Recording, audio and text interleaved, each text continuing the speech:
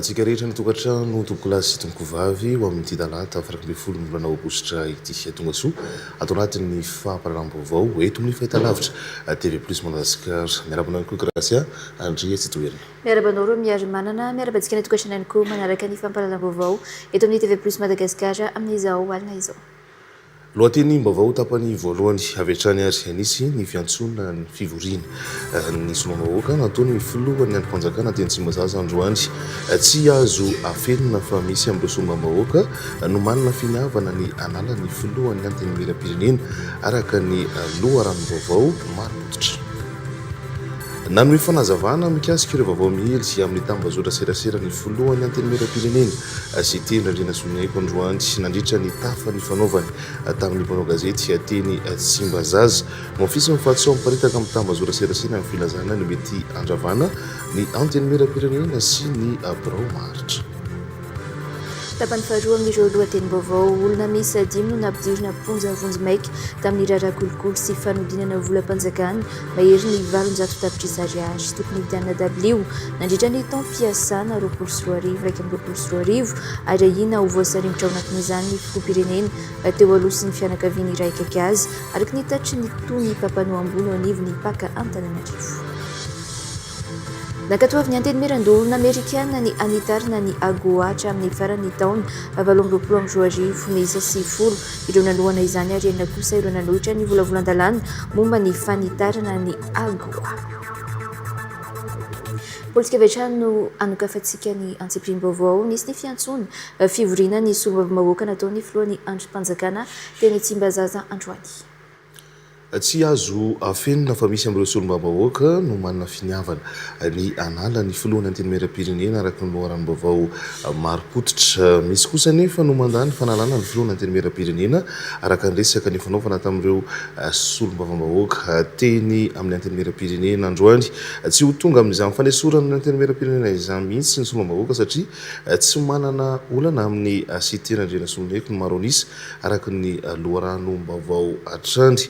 Isan'ny songadina nandritra ny fivoriana mikatotrano teny amin'ny antenimieram-pirenena izany resaka izany zoram-paharazona sy ivarasatamo no mitaritra antsika ny andindiny izay. Mafapana ny lapany Tsimbazaza taoriany fanambarany ny VFM na ireo solombavam-bahoaka mivondrona ao amin'ny vovonana ho an'ny fiavaozan'ny Madagasikara omaly. Tsy mbola fantatra ny tena tanjo ny VFM hatreto fa misy amin'ireo solombavam-bahoaka izay efa mpivadibadika palitao hatramin'ny nanaovana politika ireo solombavam-bahoaka mivondrona ao anatin'ny ity vovonana ity raha ny loharanom-baovao avy any Tsimbazaza ary betsaka ihany koa ny faneho-kevitry ny olom-pirenena ao amin'ny tambazotra tserasera taoriany ny fanambarana nataony mpikambana ao amin'ny vovonana ho an'ny fiavaozan'ny Madagasikara. Novoizina ihany koa tao amin'ny tambazotra tserasera ny fanalana ny filohan'ny antenimieram-pirenena izay hita fa fampitohy amin'ny fanambarana teny amin'ny antenimieram-pirenena omaly io ho hiatrany ny faneho-kevitry ny solombavam-bahoaka sasany. Fa ny sorapotaka ny filohan'ny antenimieram-pirenena izay tsy misy ifandraisany amin'ny asany ihany koa no voizina nambarany solombavam-bahoaka maro anisa eny amin'ny antenimieram-pirenena fa tsy misy antony tokony hanesorana ny filohan'ny antenimieram-pirenena raha ny mikasika ny asany manao ny asany araka ny tokony ho izy ny filohan'ny ity androm-panjakana ity. Androany nisy ihany koa ny fivoriana mikatotrano notariany ny filohan'ny antenimieram-pirenena ary solombavam-bahoaka hatrany amin'ny 5 no nanatrika ny fivoriana ary tsy nisy mipika ny resaka nandritra ny adiny 2 tao amin'ny efitrano fivoriana teny amin'ny lapany Tsimbazaza. Raha ny loharanom-baovao fotsiny dia manohana ny filohan'ny antenimieram-pirenena ireo solombavam-bahoaka nivory androany teny amin'ny antenimieram-pirenena. Manodidina izay vaovao izay hatrany nanome fanazavana mikasika ireo vaovao mihely amin'ny tambazotra serasera ny filohan'ny antenimieram-pirenena sy teny Randriana Soniaiko androany nandritra ny tafa ny fanaovany tamin'ny mpanao gazety tetsy Tsimbazaza. No mafisy ny fahatsaom-paritaka amin'ny tambazotra serasera ny filazana ny mety andravana ny antenimieram-pirenena sy ny birao maritra nanamafy ny mahazava-dehibe ny fanohizan'ny antenimieram-pirenena ny andraikitra sy ny asa zaniny isiteny Randriana Soniaiko nanentana ny rehetra mba tsy ampanjaka ny fifampiatsiana eo amin'ny samy malagasy mikasika ireo filazana momba ny fisiany tsy fitovi-kevitra eo anivon'ny antenimieram-pirenena dia nambarany fa tsy mitombina izany. Mikarandram-bolaza eo amin'ny sariny Arfidira manarina. Nanome fanazavana mikasika ireo vaovao mihely amin'ny tambazotra serasera ny filohan'ny antenimieram-pirenena sy tena rena soloniako androany nandritra ny tafan'ny fanaovany tamponao gazety ty tsy mazaza no mafisy ny fatsao miparitaka amin'ny tambazora-tserasera ny filazana ny mety andravana ny anteny miram-pirenena sy ny bromaharitra. Mazavaina ihany koa fa ny fampiantsoana ireo solombavam-bahoaka rehetra dia mifandraika amin'ny fandiniana ny tatitra sy ny asan'ireo vaomeram-panao fanadihadiana parlemantera, indrindra ny fanadihadiana mahakasika ny orinasa jirama. Andritra izany ihany koa dia nanamafy ny mahazava-dehibe ny fanohizany anteny miram-pirenena ny andraikitra sy ny asasahaniny izy ka nanentana ny rehetra mba tsy ho ampanjaka ny fifampiantsiana eo amin'ny samy malagasy. Mikasika ireo filazana momba ny fisiany tsy fitovi-kevitra eo anivon'ny anteny miram-pirenena dia nanambara fa tsy mitombona izany. Namaly ihany koa ireo fanankianana sy fiantsoana ny elany amin'ny toerany voalohany anteny miram-pirenena izy ka nilaza fa vonona hatrany niatrika ireo fiampangana azy ary nangataka ny anolorana porofo amin'izany. Ianareo mpanao gazety vaovolombelona, ianareo mpanao gazety vaovolombelona, fa mbola tsisy zany hoe fampiantsoana exécutif matetika zany, tsy mbola nisy fanambarana atao amin'ny vahoaka malagasy zao marina tena zava-misy, tsy mbola nisy zany hoe enquête parlementaire momba ny jirama io tena mandeha ary manazava tsipriany amin'ny vahoaka malagasy satria azadinoana nefa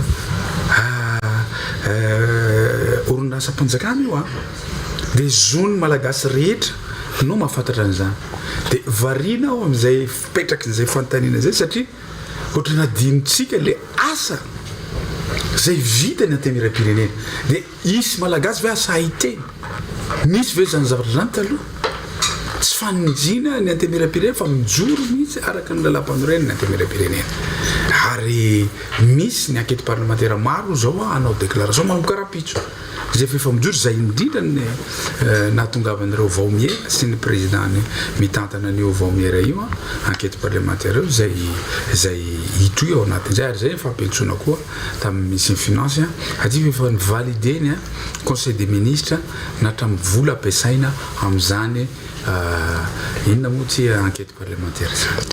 Tsy manaiky ny fifampizarazarana ny malagasy ny tena noho izy namarana ny fanambarana. Fa tsy misy resaka fanalana ny filohan'ny anteny miram-pirenena amin'ireo député amin'izao hoy ny solombavam-bahoaka voafidy atao feno arivo atsinanana hatsisakana ho an'ny fampandrosoana sy ny fijoroan'ny fanavozana ihany koa ny fisian'ny anteny miram-pirenena izao mandany lalàna entina manasoa ny vahoaka amin'izao tokony andalo fividianana ihany koa ireo fehi-kevitra izay nivoaka atao anatin'ny fikonandoha pirenena hoatrany ny solombavam-bahoaka Sibelar mazava fetra ndray mananjara tatratsika ny andindiny izay.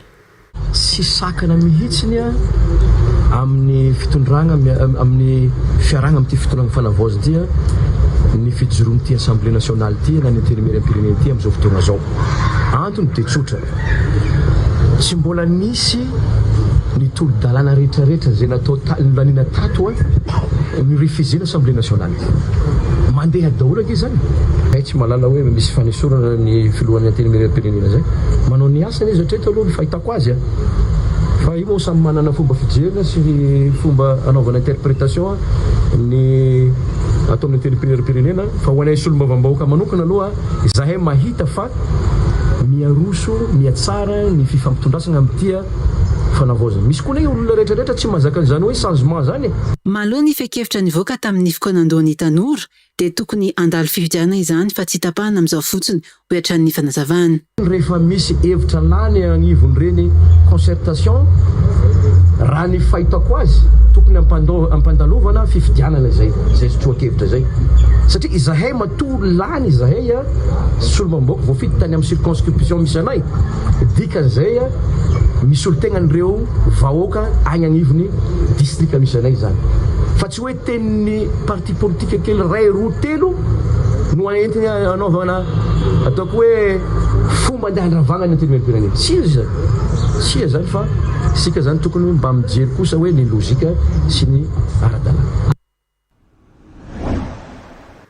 farentsika tao anaty lohateny vaovao teo ihany koa fa olona miisa 5 no nampidirina ponja vonjomaika tamin'ny raharaha kolokolo fanodikodona mbola mpanjakana mahery ny 700 ariary tokony hividianana W nandritra ny tampiasana 20 raiky 20 ary ahina voasariny tao anatiny zany ny filoham-pirenena teo aloha sy ny fianakaviana iray akaiky azy araka ny tatitry ny tony mpampanolalana ambony eo anivony Pakatanarivo. Raha tabatra W fianarana misy 577 sy 7 sy ray alina no ny fanarahana sy nandoavan'ny fanjakana vola mahery ny 8 miliara ariary sy 7 tapitrisa ariary. Latabatra W miisa 750 sy 500 sy 4 sy ray alina ihany nefa novoamarina fa natolotra izany hoe mbola misy 170 sy 710 izany no tsy hita izay mitetina mahery ny 800 tapitrisa ariary. Atolotra ny fitsarana tampony fanenjehana sy ny fitsarana any saondra ary malala Marie Michel ny paka izay tsy manana fahefana anenjika sy tsara azo noho ny sata manokana miaro azy ireo. Fandraisam-peo ny fitiavana donio misary ny Virasata.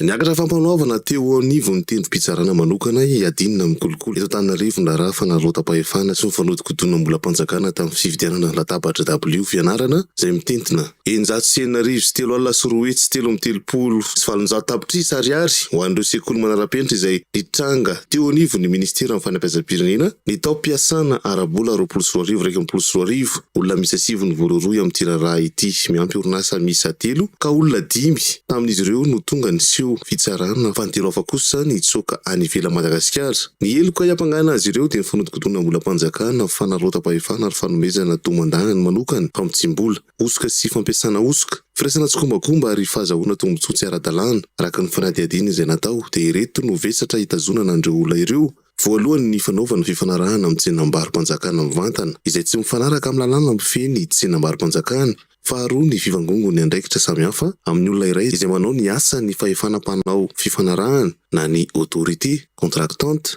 mpandidy ny fandoavam-bola ordonnateur secondaire, tompon'andraikitra amin'ny tsenam-bary-mpanjakana, mpandrindra ny asana ny gestionnaire d'activité ary ihany koa ny filohan'ny vomera misahana ny fandraisana sy ny fandoavana vola. Fahatelo ny latabatra W fianarana miisa 770 sy 300 sy 7 no ny fanarahana sy nandoavan'ny fanjakana vola mitentina 320 sy 500 sy 7 sy 700 sy 3 hetsy sy 720 sy 300 tapitrisa sy 8 lavitrisa ariary ary voarakitra ao anatin'ny fitanana antsoratra ny fandraisana azy ny 8 sy 500 sy 4 sy ray latabatra W ihany nefa voamarina fa natolotra izany hoe mbola misy 20 sy 700 sy 1 izany no tsy hita izay mitentina 900 sy 4 sy 3 alina sy 4 hetsy sy 330 sy 700 tapitrisa ariary fa efatra ny akamaroany voapanga ireo dia samy nanao soni ny fitanana antsoratra fandraisana an'ireto latabatra W reto izay voamarina fa osoka. Fa dimy farany findramana anaran'olon-kafa amin'ny fitanana orinasa nefa hafa no tena tompony.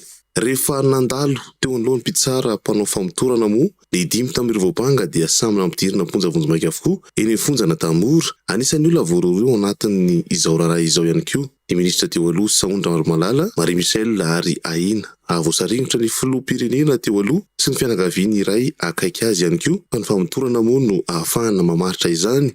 Tsy manana fahefana anenjika sy tsara tendrom-pitsarana iadina mikolokolo noho ny sata manokana miaro azy ireo. Noho izany dia atolotra ny fitsarana tampo ny fanenjehana sy ny fitsarana ny Saondra ary Malala Marie Michel hoy ny fanazavana. Iverenantsika ny vaovao eo amin'ny sehatry ny politika tafatsangana amin'ny fomba ofisialy ny fikambanana vovonan'ny fiavaozan'ny Madagasikara na ny VFM.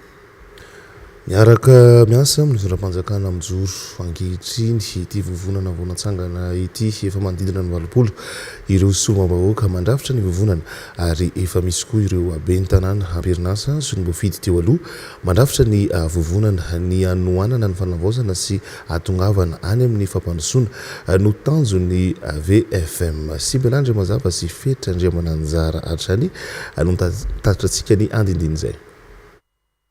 Miorina eo amin'ny fototra efatra ny iraka sahan'ny VFM raha ny fanazavana nentin'ireo sombam-bahoaka tafiditra ao anatin'izany ny fanaovana ny marina, ny famindrapo, ny faneitretena, ny fihavanana, ny famarinan-toerana sy ny firaisan-tsaina, ny fahaiza-mitantana sy tamberana andraikitra marina, ny fandrosoana sy ny fivoarana ny mpikambana sy ny olom-pirenena rehetra. Efa napetraka eo fa anisan'ny antom-pisiny ty vovonana ity dia ny fiaraha-miasa indrindra ny fanohanana ny fanavaozana amin'izao fotoana izao zay taritiny filohan'ny fanavaozana kolonela Randrinirina Mikael. Zay zany anisan'ny antom-pisiny joroany ary zay vonona sy tapa-kevitra ao anatin'izany dia izay no antony tonga anay iantso ho an'ny olona rehetra hiditra ao anatin'izay vovonana izay. Vahoaka moa mahatratra hatrany amin'ny 7:20 no efa voasoratra ary tapa-kevitra mandrafitra ny vovonana ary ireo hitarika ny fananganana ny vovonana isaky ny distrika na voafidy azy. Ny tanjona dia ny famondronana ireo olom-boafidy ampiarinatsana tany aloha, ireo olobe tangalamena, ireo manana aitarika sy ireo olom-pirenena tsara sitrapoiny fotony mba ampirobobonana fandrosoana ara-tsosialy, ara-toekarena sy ara-pitantanana eto Madagasikara. Manasantsika kosa izao hanaraka ireo vaovao teraka resabe tao anaty Tambazotra serasera Facebook.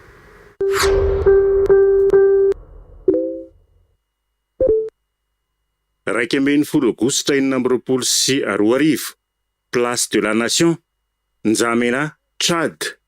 Ifanatrihan'ny filohan'ny fanavaozana ny matso lehibe fankalazana ny 420 taonan'ny fahaleovantenan'ny Tchad.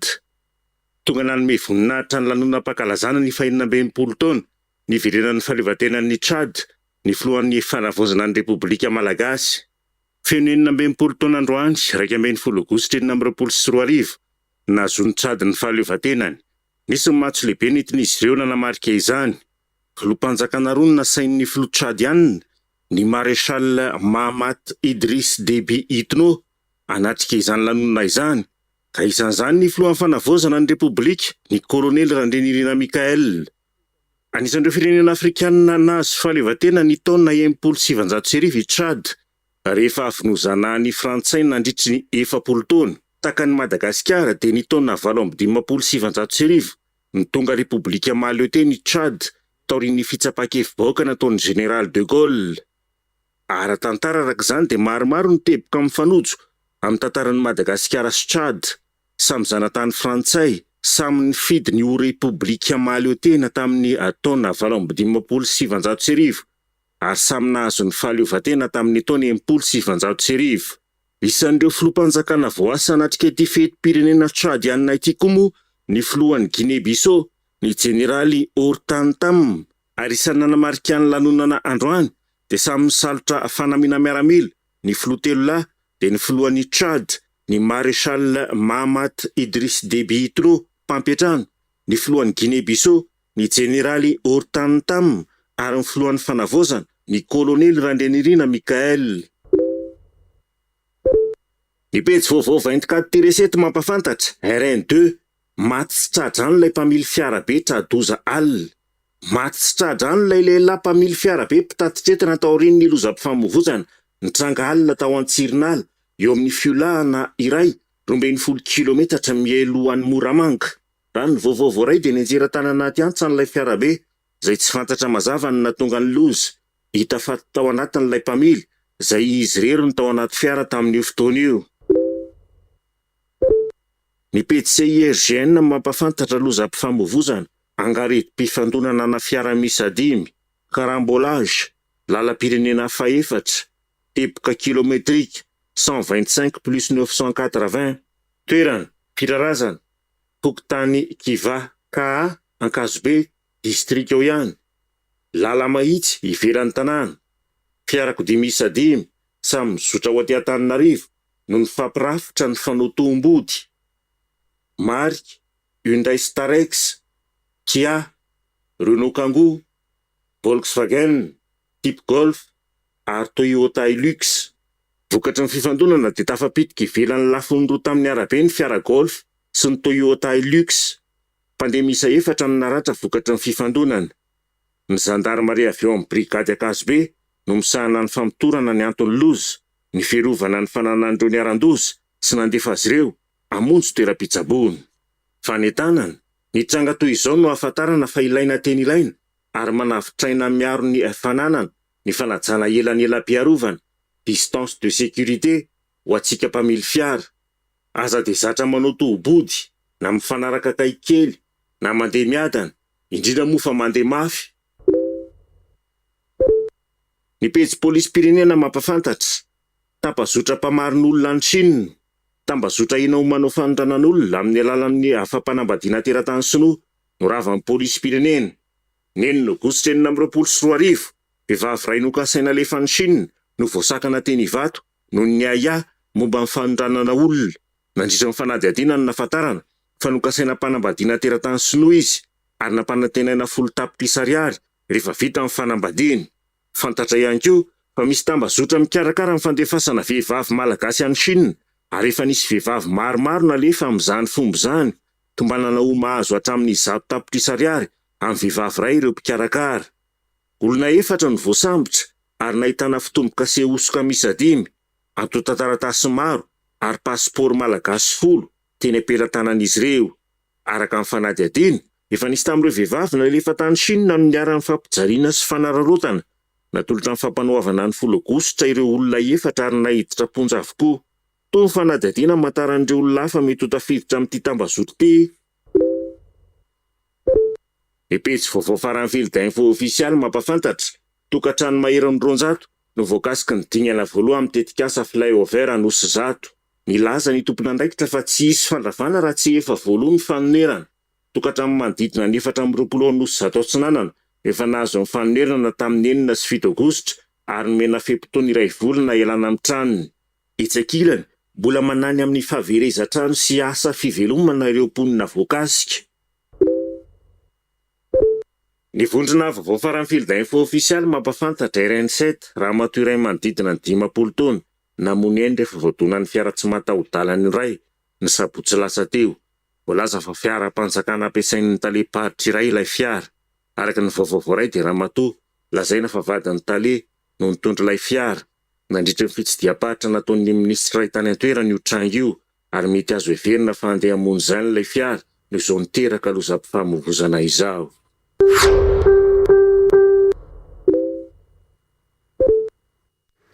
Mitoransika eto anatin'ny fampiranana vaovao voatendry tale jeneraly vaovao fiano amin'ny orinasa SMMC ao amin'ny Seranan-Tsambony Tomasina Andriamatoa Ajatina Andorikady rehefa tale jeneraly mpisolo toerana nandritra ny 5 volana sy 5 andro fanamby 5 no apetraka ny tale jeneraly amin'ny fanohizana fitanana izay antsoina hoe SMMC Cap 2030 tanisan'izany fametrahana ny orinasa ho manana toerana lehibe afampandrosoana ny faritra sy ny firenena, ny fanatsarana ireo fitaovana entina miasa sy fanomezana tolotra tsara mifanaraka amin'ny filandry ireo mpanjifa. Fijerena ihany koa ny tombontsoa ny fampiakarana ny fahaiza-manao ireo mpiasa amin'ny fampiasana ny haitao arakajy mirindra. Nambara tamin'ny fomba ofisialy androany moa ny fanendrena ny talejeneraly vaovao ety rahantsika ny andiny izay sonirina Patrick eo amin'ny saliny EMSA Judika TV+ Tomasina. Nametraka fanamboavana hatramin'ny taona 3 ny tale jeneraly ny orinasa SMMC na SMMC Cap 3 orinasa SMMC izay mikirakira entana ivelan'ny conteneur ao anatin'ny Seranan-Tsambony Tomasina. Fanamby izay ahitana vina 5 lehibe, anisan'izany ny fametrahana ny orinasa SMMC ho manana ny toerana lehibe amin'ny fampivoarana ny toe-karem-pirenena sy ny faritra Atsinanana. Ihany koa ny vina fanitarana ny orinasa SMMC ivelan'ny Seranan-Tsambo ary fanatsarana ireo fitaovana enti-miasa sy fanomezana tolotra tsara ho an'ireo mpanjifa. Ny fampiakarana ny fahaiza-manao ireo mpiasa amin'ny fampiasana ny etao arakajy mirindra. Ny tanjona lehibe izay apetraky ny SMMC amin'izao fandraisana amin'ny fitantanana vaovao amatale jeneraly fena eto amin'ny SMMC izao dia voalohany ny fiarah-miasa miaraka amin'ireo tompon'andraikitra mpanjakana rehetra eto anivon'ny faritra izay dia anisan'ny teboka voalohany. Fa eo amin'ny lafiny teknika dia manana fomba fijery 5 lehibe izay voarakitra ao anatin'ny Cap SMMC 2030 izay hitantanana sy hitondrana ny SMMC. Aninona ireo teboka 5 ireo? Voalohany aloha zany dia ny ahafahantsika mametraka ny SMMC hanana ny lanjany eto anivon'ny firenena. Ndresany lehibe indrindra koa dia ny satria tsika mivoatra ny fitantanana amin'ny fikirakirana ny haitao arakajy mirindra na ny teknôlôjia zany dia hirosoana koa izay zavatra zay satria anisany efa filana mipetraka eran'izao tontolo zao ny fisiny zany hoe digitalisation. Zavatra faharoa dia anisany vaindohan-draharaha zay tsy maintsy apetraka ny ataontsika hoe fampiakarana ny fahaiza-manao n'ireo olombelona zay misy eto anivon'ny SMMC. Ny farany dia ny fametrahana ny ataoko hoe fiaraha-miasa amin'ny fanjakana mba ho partenaire stratégique eo amin'ny lafiny ara-toekarena eto amin'ny firenena zany ny SMMC. Nampahafantarina tamin'ny fomba ofisialy tamin'ireo mpiasan'ny SMMC omaly 10 aogositra ny nahavoatendry ho taled général feno ny orinasa SMMC any Andriamatoa Ajatina Endor KD manomboka izao.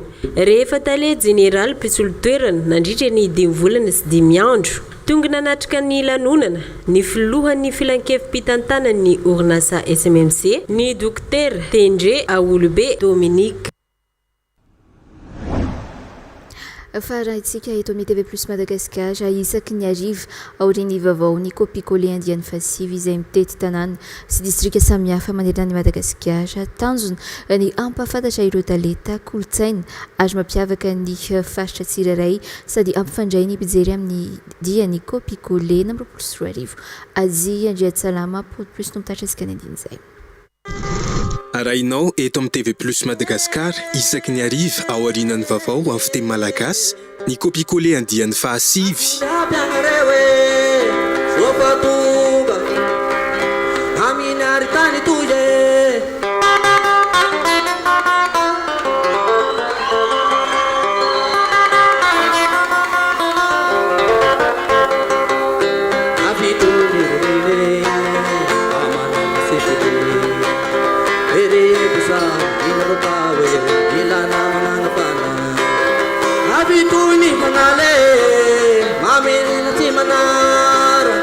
Distrika sy tanàna maheran'ireo polisy ny voatetan'ny fahitalavitra TV Plus nanatotosana ny fandaharana kopikole 420. Maheran'ny 7 kilometatra ny vita tao anatin'izay fanatotosana ny seho ho an'ny fahitalavitra malagasy izany.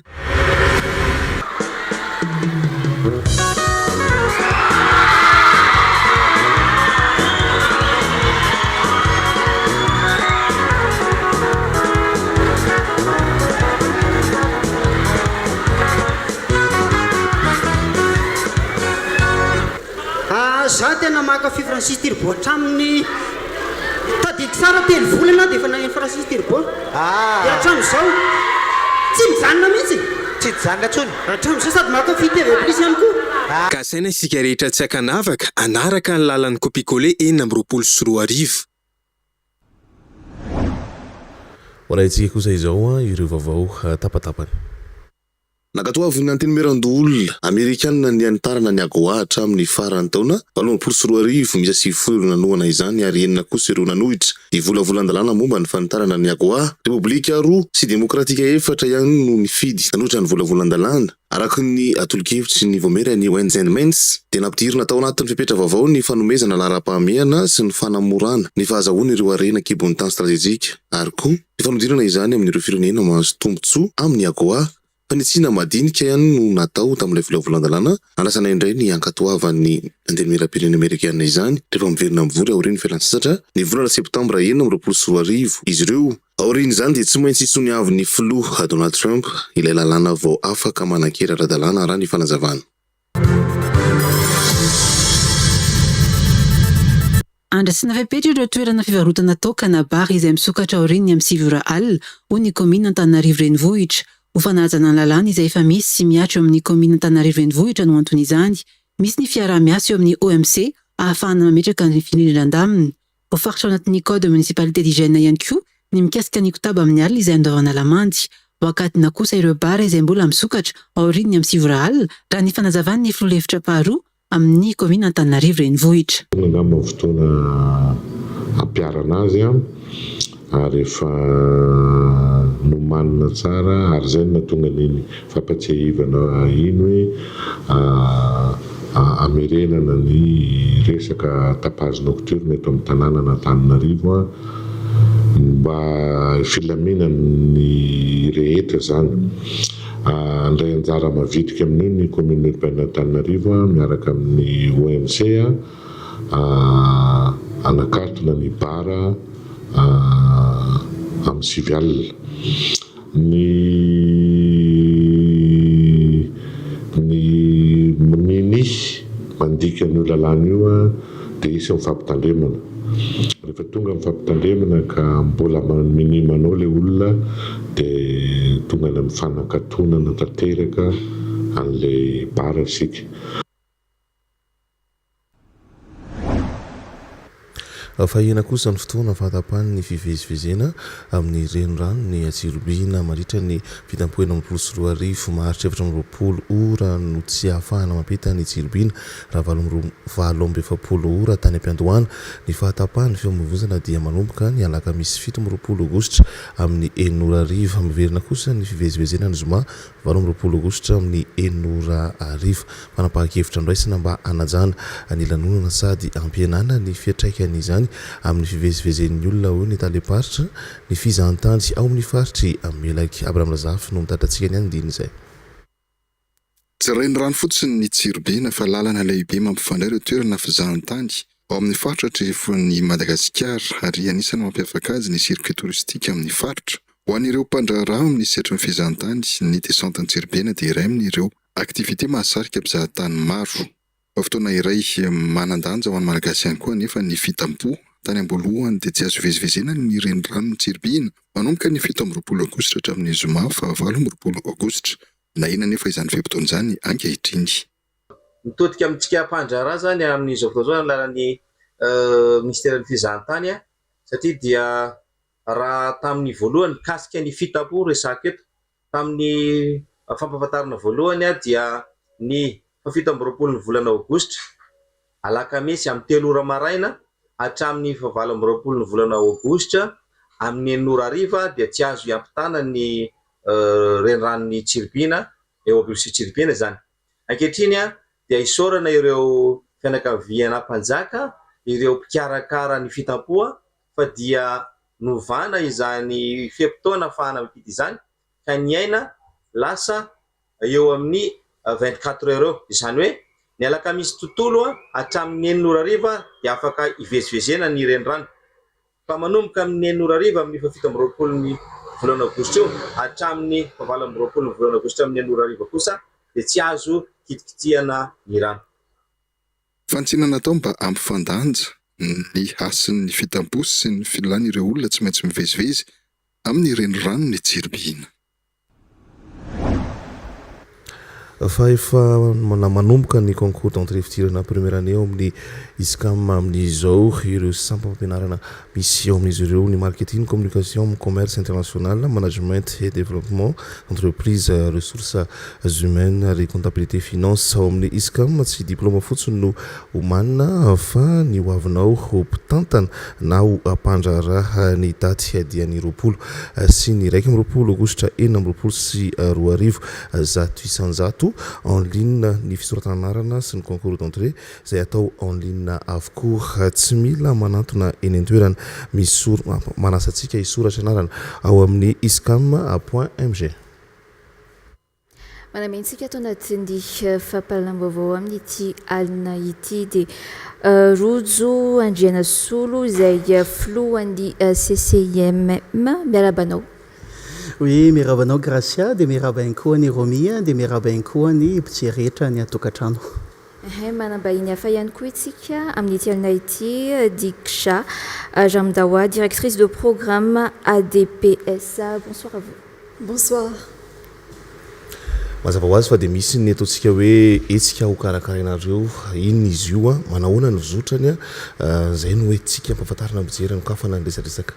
Ny 13 sy ny 14 août ho avy izao izany hoe amin'ny lakamisy zoma zao dia sy etsika ataoko anisan'ny goavana ao amin'ny CCI Vato etsy Vato misy mpandraharaha maro be dia be ho avy any Maurice ho avy eto Madagasikara resaka mahakasika amin'ny fandraharana zany hoe misy 50 manodidina eo reo mpandrahara zay efa misy tonga anisan'izany ADPS ary mbola misy ihany koa maro dia maro ho avy rapitso amin'ny sehatra rehetra na fambolena na ny fiompiana na ny teknôlôjia na ny sehatra rehetra dia misy azy ireo avokoa na ny fampianarana ny sansisa ny resaka arakasa sansisa ary indrindra fa otrony ministre ny labour ny resaka ina moa zany resaka ministre ny asa ministre ny asa ho a Maurice zay ho avy mandokana ihany koa zany atao Madagasikara amin'io fotoana io anotrina ohatrany hoe ame voninahitra ny hetsika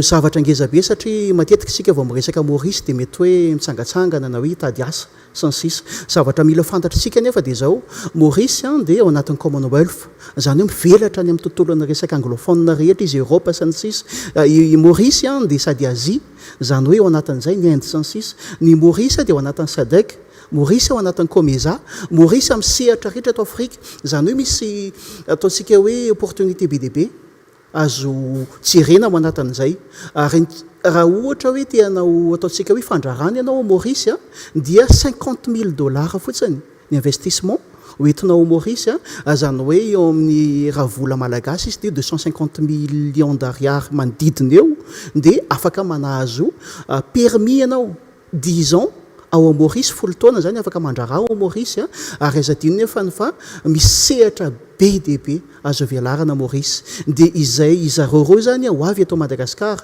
ary miantso indrindra ihany koa zany reo ataontsika hoe orinasa malagasy hoe izay mety liana andrara any Maurice fotoana zao mety nahiano resaka be dia be tsika hoe Maurice ohatr'izao na ohatr'izao fa fotoana izao ahafahana mampivelatra fandrarana any Maurice dia fotoana antsika zany 13 sy 14 août ao CCI Vato dia ao amin'ny ticket place no azahoana ny tapakila.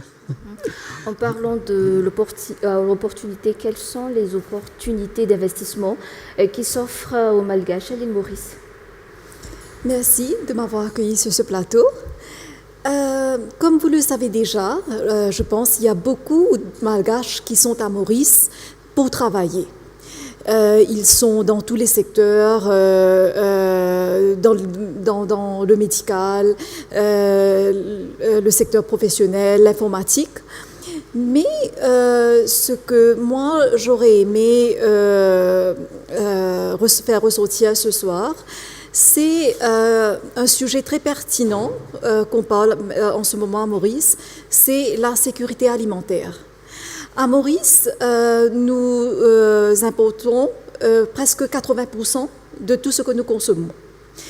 Et la vision 2050 économique de Maurice vise à réduire ce pourcentage à 50% d'ici 2050. Donc on souhaite pouvoir produire 50% au moins de ce que nous consommons en comparaison à 25% de ce que c'est 20 à 25% actuellement.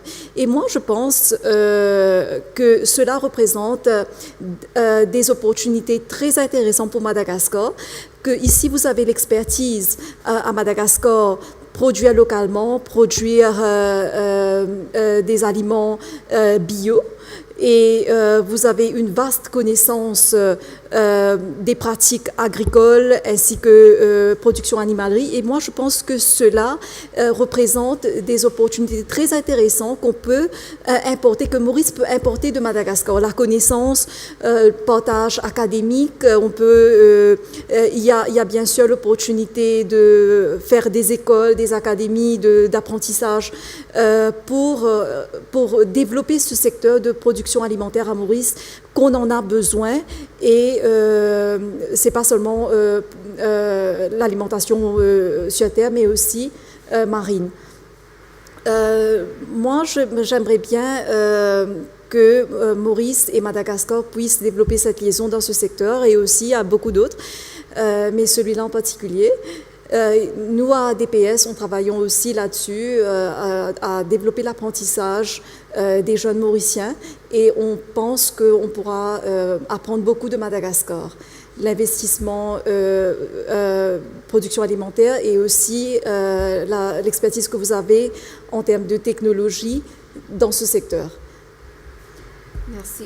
Resaka iverina antsika kely ngamba le programme amin'ny fotoana io mety hoe manahoana sy manahoana ny fandaharana asa mandritra an'izay 2 andro izay ny fandaharana asa mandritra an'izay 2 andro zay dia misy moa zany ataontsika hoe resadresaka ifanaovana amin'ireo mpandrara zay ho avy raha ny resaka teo mantsy hoe afaka mandrara makany Maurice azadiny fa zareo ihany koa andrara piasa vola eto Madagasikara satria misy orinasa maro be koa zany zareo ka mivolazaka hoe 10 teo ho avy eto Madagasikara hoe piasa vola ary zay moa zany ny asan'ny chambre de commerce ohatrany hoe mampifandray ny tontolon'ny resaka indostria sy ny arabarotra amin'ireo firenena anankiroa ny raha ny fotoana amin'io dia misy ny ataontsika hoe B2B zany hoe fampiresaka ianao mivantana amin'ireo mpandrara ireo misy mpandrara majinika izy ireo misy mpandrara goavana farak'izay goavana tonga ao misy ihany koa ny ataontsika B2C zany hoe izy ireo mety hitady ohatra hoe mpampiasa vola misy hitady zareo ohatra hoe fournisseur mety hitady sehatra maro dia maro zany izy eto Madagasikara satria azadiny fa araka ny voalazany teo dia Maurice tsy mamokatra ho anazy ao zany hoe isika zany tanjona ankohany nefa atsika mahatonga indray Madagasikara ho lasa grenier de l'océan Indien satria hatramin'izay afaka ataontsika hoe namatsy en océan Indien foana tsika na Maurice na La Réunion na Seychelles sans six amin'izao fotoana izao nefa izy ireo mandeha makany amin'ny toerakafa izahana zany velomina indray izay tontolon'ny resaka hoe fafahana mamatsy zay mamelona ny économie malagasy indrindra satria ny tena malagasy dia ao anatin'izay hoe chambre de commerce des industries Maurice Madagascar miorganiser an'ilay Maurice Mada Business Connect dia izay moa zany hoe ampifandray ny firenena rotota arabarotra ampifandray misimisy kokoa satria fantatra fa efa nifandray foana ireo firenena anankiroa ireo hatramin'izay feno dia feno zay fanazavana izay mankasitraka anareo nitondra an'izay zay tombontsoa maro zay hoentina ho an'ny tanora sy ho an'ny mpandrana malagasy izay mankasitraka tompoko isorana be dia be tompoko za koa sy tsika raraka ny voambolana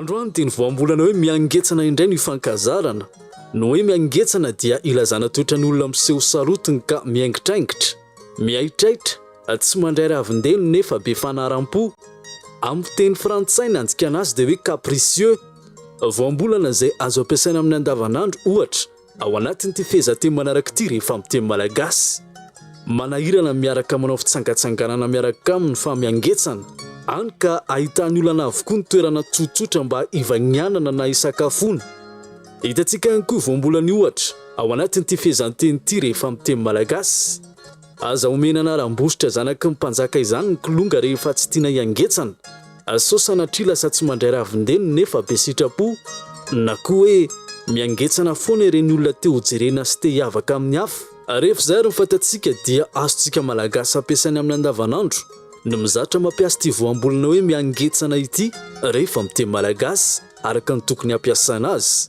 sarobidy ny teny malagasy ary fahaizana mahafe azy TV Plus Madagascar.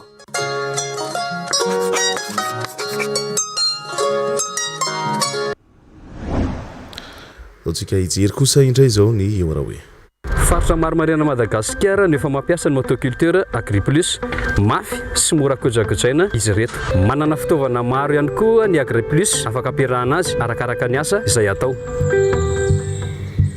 Siny Orange eo anilanao manolotra ho anao moteur action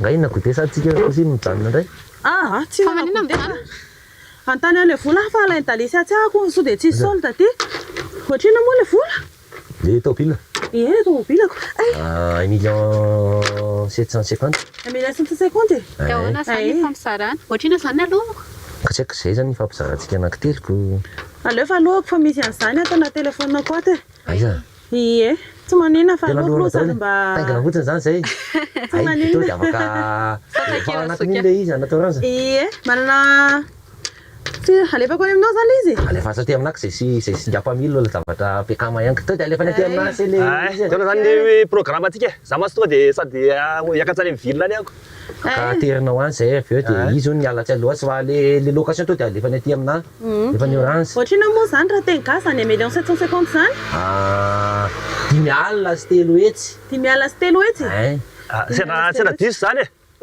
Ohatrina le izy? 1,250 ka. 1,250? Le tômôbila ke zany e. Ena 1,250 lasa betsaka loatra zany. 1,250 fanarahana 6 francs. 1,250 francs. Kokoa zany. Dimy alina sy telo hetsy zany ny teny gasiko. Fa tsy dimy alina sy telo hetsy zany. 5 alina sy 4 hetsy ka. 5 alina sy 4 hetsy izy madama. 5 alina sy 4 hetsy. 5 alina sy telo hetsy moa tena marina. 5 alina sy 4 hetsy alareo rehefa mampana helikely forina anazy alareo ary rehefa de azaty manarotsa azy zany.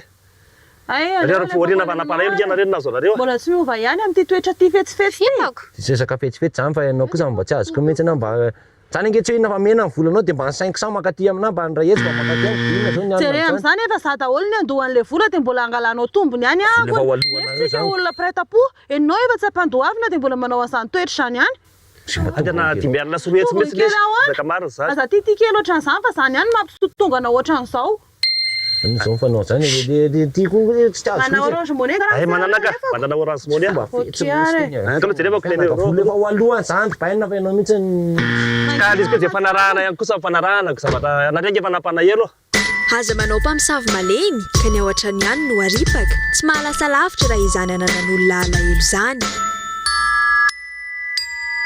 coupé dans la boîte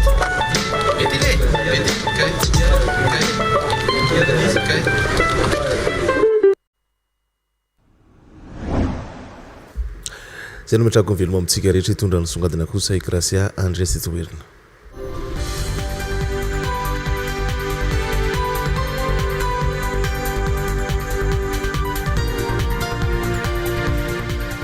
ny birao national ny AZF teo aloha tariny John Love no mikarakara ny hetsika rehetra tanterahany AZF toy ny lalao nasionaly ataony Manakary ny 17 hatramin'ny 9 aogositra ho avy izao araka ny fanapa-kevitra aotraotra 9 bara otra 8 bara 9 sy 10 izay nosony avy ny ministra ny tanora sy ny fanatanjahantena sy ny ministra ny FOP tsy tokony rorosaina ny mpiasam-panjakana fa raikitra ny lalao nasionaly ny Manakary ny 17 hatramin'ny 20 aogositra ny 22 avy izao ho ny filoha nasionaly ny AZF teo aloha mikandrem-bolaza sy arifidirakoto-manala no mitasika izay songadina izay ny bureau nasionaly ny AZF teo aloha tariny John Love no mikarakara ny fifaninana nasionaly atao an'ny Manakary ny 17 ka hatramin'ny 20 aogositra ho avy izao ny fanapahan-kevitra 006/08/2026 izay nosoniavin'ny ministra ny tanora sy ny fanatanjahantena ary ny ministra ny FOP no manome alalana ny bureau teo aloha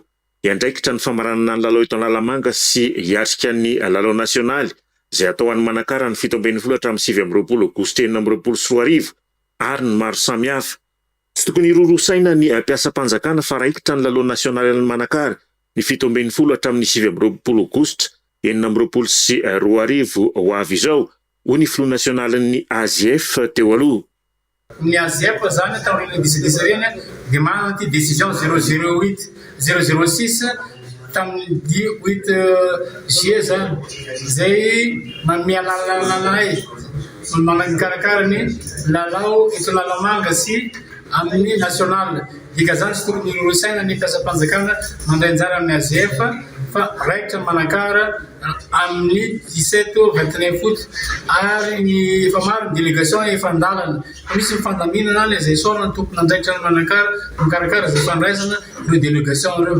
miantso ny fitoram-panjakana trany anampy sy hanome tanana azy ireo anatin'izao hetsika izao ny filohan'ny AZF teo aloha izy taty dia mamela manaraka anay anao ny activité rehetrarehetra ary ny signature ny lehibe ty misy ny FOP sy misy ny fanatanjahantena anao ty signature ty tokony izy zany dia tokony izy fifidianana tapitra zany ty taratasy ty zany raha nazony anazy any amin'ny 13 zao zany tapitra aloha zany fa après le rejet dossier 30 juillet dika zany hatrany amin'ny faravolana oatra zany fa fataperany ty dika zany izahay no mikarakara ny zavatra rehetrarehetra mikasiky ny AZF eto Madagasikara ary miantso mpiasam-panjakana rehetrarehetra hamonjy Manakary ary anaraka mirendratana zay mipetraka ambiasa mpiasam-panjakana no ilaina isy ny fivirimbe ho tanterahana raha mpitso ho fetrehana ireo hetsika toy ny lalao nasionaly ho tanterahana ny Manakary ny 17 hatramin'ny 20 aogositra 2024 ho avy izao dia iny sogadiny ihany koa no entiko marina ny fampahalam-baovao amin'ity alina ity makasitraka antsika manaraka izany hatramin'ny farany veloma tompoko